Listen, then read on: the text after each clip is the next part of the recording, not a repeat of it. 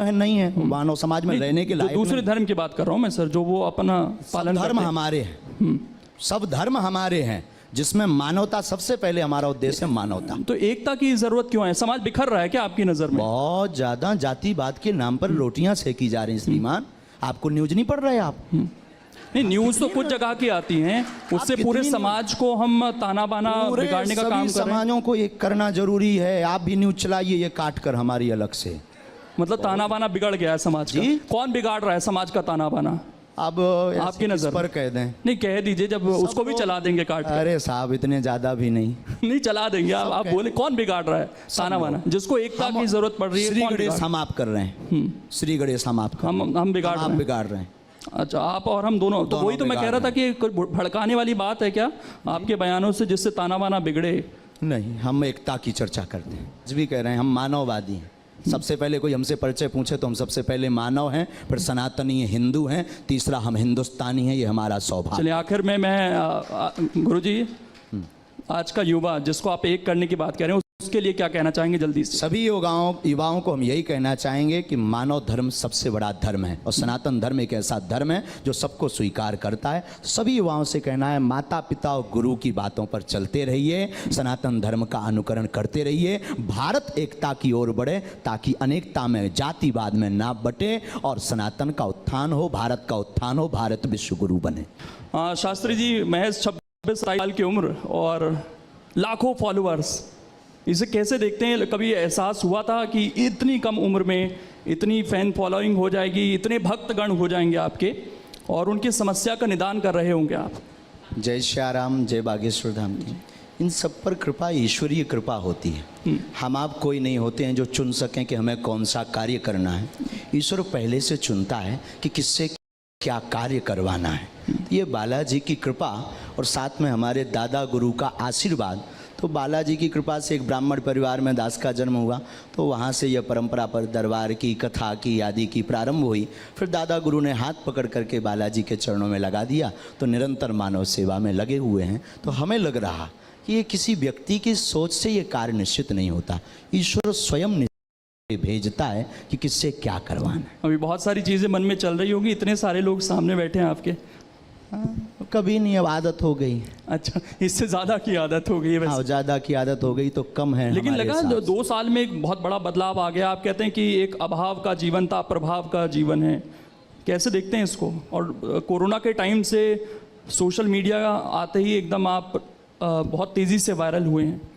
दरबार परंपरानु अंतर्गत विगत 3 पीढ़ी से चल रहा। हमारे दादा गुरु जी भी चलाते थे, दरबार लगाते थे, परंतु उस वक्त मीडिया वो नहीं आते थे, ना उसका उपयोग करते थे। हमने दरबार भी प्रारंभ किया, दादा गुरु की प्रेरणा आदि थे, वह सेवा भी प्रारंभ की। और साथ ही साथ जो आपने कहा है कि 2 वर्ष में यह दरबार बड़ा प्राचीन है, परंपरानु अंतर्गत लोगों तक पहुंचा, अब पहुंचा, आप तक अब पहुंचा। तो हमें लगता है कि आपकी खोज अब तक हो पाई है, वो पहले खोज कर चुके थे, आज से 300 वर्ष पहले। आपने कहा कि ईश्वर की शक्ति है, मैं कुछ नहीं हूँ, तो ईश्वर ने आपको क्यों चुना? ये एक जहन में सवाल आता है लोगों के। कुछ रहा होगा, आपके दादा गुरु का आप जिक्र करते हैं, आपका परिवार भी बहुत लंबा है, आप बताते हैं कि आप टोटल 10 भाई हैं, चाचा के मिला। हाँ, चाचा के मिला, कजिन सभी मिला। तो आपको क्यों चुना? ये दादा, इस बात पर जवाब दे पाना बड़ा मुश्किल है। ये गुरु की कृपा है। हम लोग कई बार कोशिश करते हैं, हम लोग कई बार कहते हैं कि हमने गुरु को चुना, पर हकीकत ये होती है कि गुरु स्वयं देखता है कि किसको हमें पकड़ना है। तो 10 भाइयों में गुरुदेव ने हमें पकड़ा, ये हमारा सौभाग्य है। अब इसका जवाब हमसे बेहतर तो हमारे दादा गुरुजी दे सकते थे, लेकिन उनका शरीर तो नहीं है, पर सूक्ष्म रूप में उनके संस्कार हमारे पास हैं। लेकिन इसका जवाब हम यही देंगे कि गुरु की विलक्षण सोच थी, गुरु की कृपा थी, और शिष्य के पास तो सिर्फ समर्पण के अलावा कुछ नहीं बचता, वो हमारे जीवन में है। तो ये जो अभाव से प्रभाव तक की जर्नी रही है, सोचा था कभी ऐसा, इस तरह की चीज़? सौभाग्य है।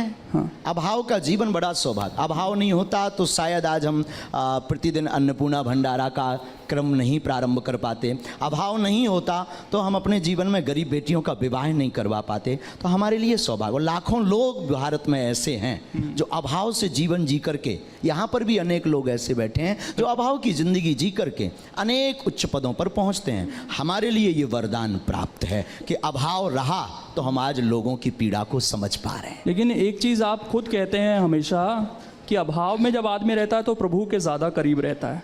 अब तो आप प्रभावी हो गए हैं, लाखों अनुयायी हैं आपके, तो ईश्वर के उतने ही अनुयायी और प्रभाव बागेश्वर बालाजी का है हमारी सोच में। ठीक, कृपा बालाजी की, प्रभाव बागेश्वर बालाजी का, और अनुयायी भी बागेश्वर बालाजी के। बागेश्वर धाम सरकार हमारा नाम नहीं, हमारा नाम तो धीरेन्द्र कृष्ण है। बागेश्वर धाम सरकार तो बागेश्वर बालाजी का है। तो आज भी हम यूँ मान करके चलिए, कल फटा कपड़ा पहनते थे तो आप लोग ये ला करके तान देते हैं तो ये पहन लेते हैं, पर हम आज भी अभाव में जी रहे हैं। उसका सिर्फ सिद्धांत इतना बदल गया, देखने की दृष्टि।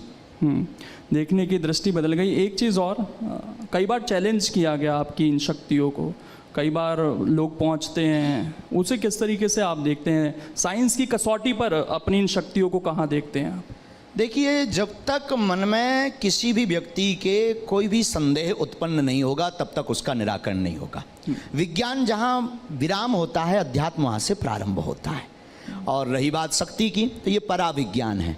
आदिकाल से ऐसे लोग चले आए हैं जिन्होंने भगवान पर, भगवान की शक्ति पर अनेक बार उन्होंने देखना चाहा, परखना चाहा, उसके कसौटी पर कसना चाहा, पर शक्ति शक्ति होती है। और हमारी दृष्टि में जो भी आता है हमें सब स्वीकार है। कृपा करवाने वाले बालाजी हैं, वो अपने आप नतमस्तक करवा देते हैं। उन लोगों को कुछ कहना चाहेंगे जो कहते हैं कि नहीं, ये तो माइंड रीडिंग है, केवल आप भूतकाल बता सकते हैं लेकिन कोई भविष्य काल या किसी की समस्याओं का निदान कोई नहीं कर सकता, जो लिखा है उसका वो लिखा है? बहुत सुंदर प्रश्न है, बहुत अच्छी बात है। इस पर बहुत लोगों के मन में तर्क रहते हैं। इस पर हम जवाब यह देना चाहते हैं कि कोई शक्ति होती या नहीं, इसका प्रत्यक्ष प्रमाण तो बागेश्वर बालाजी दरबार है।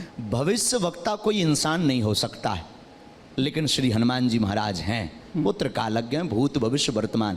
हम कभी भी नहीं कहते कि हम भविष्य बताते हैं, भविष्य के संकेत देते हैं जो हमें गुरु कृपा से प्रेरणा में आते हैं, जो गुरु कृपा से हमें लगता है कि ऐसा होगा, उसको हम संदेशा दे देते हैं। अब आप कहेंगे कि विज्ञान के तथ्य में, विज्ञान के ज़माने में इसको कैसे माइंड रीडिंग तो नहीं है। देखिए श्रीमान जी, माइंड रीडिंग की एक सीमा है, एक मर्यादा है, उसके बाहर वो नहीं जा सकते हैं। और देखिए, कई जगह ऐसी हैं जिनमें एक स्थान बागेश्वर धाम भी है जहां आज भी विज्ञान नतमस्तक है। जब प्रभाव की तरफ जीवन बढ़ता है आचार्य जी, तो कई सवाल उठने शुरू हो जाते हैं परिवार से भी। हमने देखा कि जो दूसरे गुरुजी हैं उनके पास आपके परिवार के लोग पहुंचते हैं, वो गुरुजी उनको कहते हैं कि उन्होंने एक आत्मा को कैद कर कर रखा है अपने पास। जी, बहुत तो परिवार से ही सवाल उठ रहे हैं और परिवार दूसरी जगह जा रहे हैं। जी, ये सूक्ष्म विचारधारा का प्रभाव है। हमारा इसमें कोई लेना देना नहीं, ना कोई हमारा किसी से विरोध है, ना विरोधाभास है। सब हमारे अपने हैं। कोई पत्र चढ़ाता, कोई पुष्प चढ़ाता, कोई आत्मा को कैद करके रखा है किसी, ऐसा स्वप्न में नहीं हो सकता। जिनके लिए उन्होंने कहा आत्मा को कैद करने वाला व्यक्ति हनुमान जी की पूजा नहीं कर सकता, आत्मा को कैद करने वाला व्यक्ति हनुमान जी की साधना नहीं कर सकता। या तो हनुमान जी नहीं है या आत्मा नहीं है, क्योंकि भूत पिशाच निकट नहीं आवे। में एक स्थान बागेश्वर धाम भी है जहां आज भी विज्ञान नतमस्तक है। जब प्रभाव की तरफ जीवन बढ़ता है आचार्य जी, तो कई सवाल उठने शुरू हो जाते हैं परिवार से भी। हमने देखा कि जो दूसरे गुरुजी हैं उनके पास आपके परिवार के लोग पहुंचते हैं, वो गुरुजी उनको कहते हैं कि उन्होंने एक आत्मा को कैद कर कर रखा है अपने पास। जी, बहुत तो परिवार से ही सवाल उठ रहे हैं और परिवार दूसरी जगह जा रहे हैं। जी, ये सूक्ष्म विचारधारा का प्रभाव है। हमारा इसमें कोई लेना देना नहीं, ना कोई हमारा किसी से विरोध है, ना विरोधाभास है। सब हमारे अपने हैं। कोई पत्र चढ़ाता, कोई पुष्प चढ़ाता, कोई आत्मा को कैद करके रखा है किसी, ऐसा स्वप्न में नहीं हो सकता। जिनके लिए उन्होंने कहा आत्मा को कैद करने वाला व्यक्ति हनुमान जी की पूजा नहीं कर सकता, आत्मा को कैद करने वाला व्यक्ति हनुमान जी की साधना नहीं कर सकता। या तो हनुमान जी नहीं है या आत्मा नहीं है, क्योंकि भूत पिशाच निकट नहीं आवे। आत्मा मतलब भूत, और भूत को बस में करने वाला हनुमान जी की सेवा नहीं कर सकता, हनुमान जी को धारण नहीं कर सकता, हनुमान जी का मुगदर नहीं ले सकता। या तो हनुमान जी नहीं है या आत्मा नहीं है। तो लाखों लोगों को जो समस्याएं हैं उनकी तो दूर कर रहे हैं आप, जी। परिवार वालों से कभी बात होती है, उन्हें समझाने की कोशिश होती है इस चीज़ को? सामंजस्य है, कोई ऐसा विरोधाभास नहीं। वो किंचित मात्र कोई के दूसरी लिए- गद्दी लगाने की भी कोशिश करता है, वो कहते हैं हमें धमकी दी जा रही है। नहीं नहीं नहीं, ऐसा है। कई बार आप हो सके तो आप उनसे जरूर बात कीजिए, हमारे पास तो ऐसा कोई भाव नहीं आया। अभी हम मिले ही थे कुछ दिन पहले, नहीं, 8-10 दिन पहले ही। क्यों मान के अगर कोई दूसरी गद्दी लगाना चाह रहा है तो कोई दिक्कत स्वागत नहीं, है। कोई दिक्कत हम नहीं मिल पा रहे हैं ना, एक महीने में 8 से 10 लाख लोग आते हैं, सबको मिल नहीं पा रहे। हम तो चाहेंगे अगर आप भी ये छोड़ के चलें तो बहुत अच्छा है। ये मोह माया है। आप भी लगाएं तो मोह माया नहीं है, नहीं, मतलब ये दूसरों आप के लिए। अपना कर सेवा करने के अनेक प्लेटफॉर्म है। कोई राजनीति से मानव सेवा कर रहा, कोई धर्मनीति से मानव सेवा कर रहा है। तो अगर आपको यहाँ कम लग रहा हो तो you come here Bageshwar Dham. ठीक नहीं, कम ज़्यादा की बात।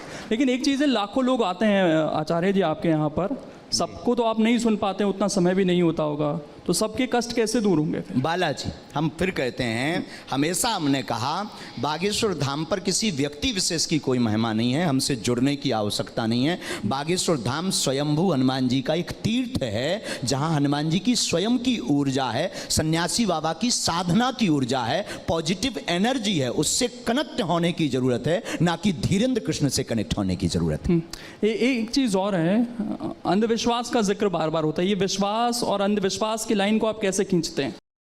कभी इसको विराम नहीं किया जा सकता, ये अनवरत चलता रहेगा। अगर अंधविश्वास नहीं होगा तो विश्वास शून्य हो जाएगा, और विश्वास नहीं होगा तो अंधविश्वास शून्य हो जाएगा। विज्ञान नहीं होगा तो पराविज्ञान की चर्चा शून्य हो जाएगी, और केवल पराविज्ञान नहीं होगा तो विज्ञान की चर्चा शून्य हो जाएगी। केवल उजाला हो तो अंधकार की महिमा मिट जाए, उजाले की महिमा मिट जाएगी, और केवल अंधकार हो तो अंधकार की महिमा मिट जाएगी। दोनों का होना जरूरी। रामायण में राम थे तो रावण जरूरी, रावण के बिना रामचरितमानस में राम जी की महिमा नहीं हुई है।